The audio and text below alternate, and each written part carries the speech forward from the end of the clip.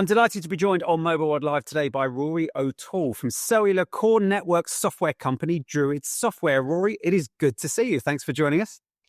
Yeah, likewise. Thank you for having me on. Delighted to be here. So to tell us, let's kick things off, Rory. I mean, what are some of the key trends in the MVNO market right now? Now, I suppose one of the biggest trends really is just the lowering of the barrier to entry. The technology in core networks has moved to cloud native. So this has really enabled enterprises and MNOs themselves to consider different models and when it comes to MVNOs and trying to launch them. The market itself would really like to see MVNOs being launched in greater numbers, particularly from a point of view of competition and differentiation. So we expect to see, because of the lower barrier to entry now with cloud native technologies, that the cost to entry is lower, the complexity to entry is lower.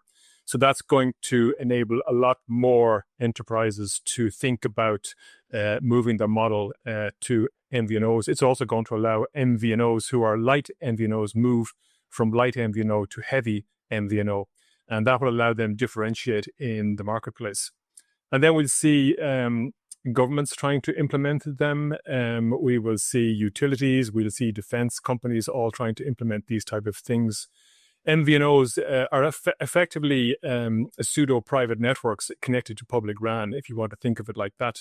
They're complementary to the MNO networks. They're not necessarily always in competition with them. So they can be an extension of coverage for the MNO into areas that they didn't have coverage before.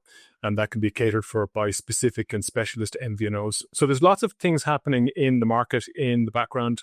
And we think it's going to be a relatively exciting space in the next couple of years. Yeah, you've certainly outlined a broad range of potential markets there, Rory. I mean, tell us a little bit more about how this approach opens the doors for new kinds of partnerships or services that perhaps weren't there before.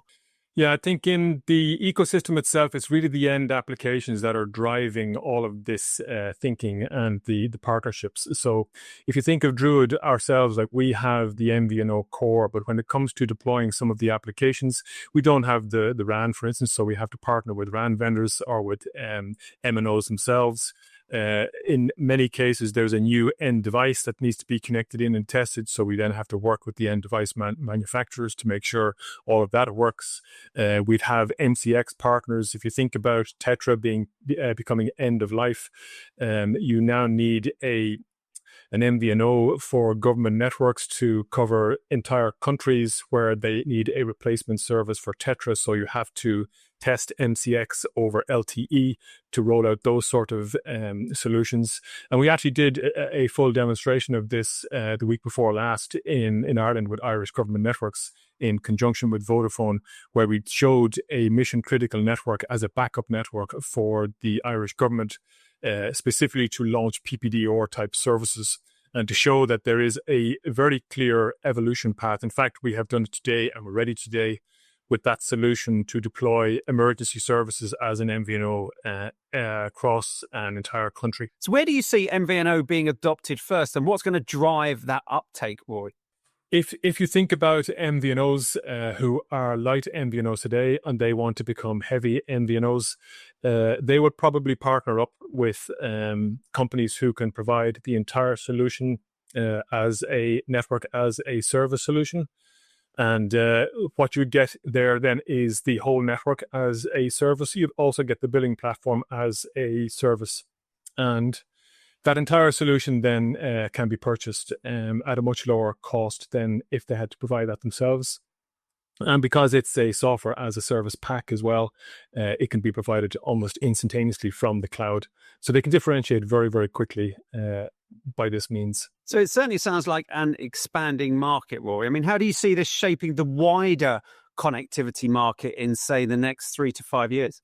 Yeah, we think in the wider market, there's going to be an explosion of MVNOs.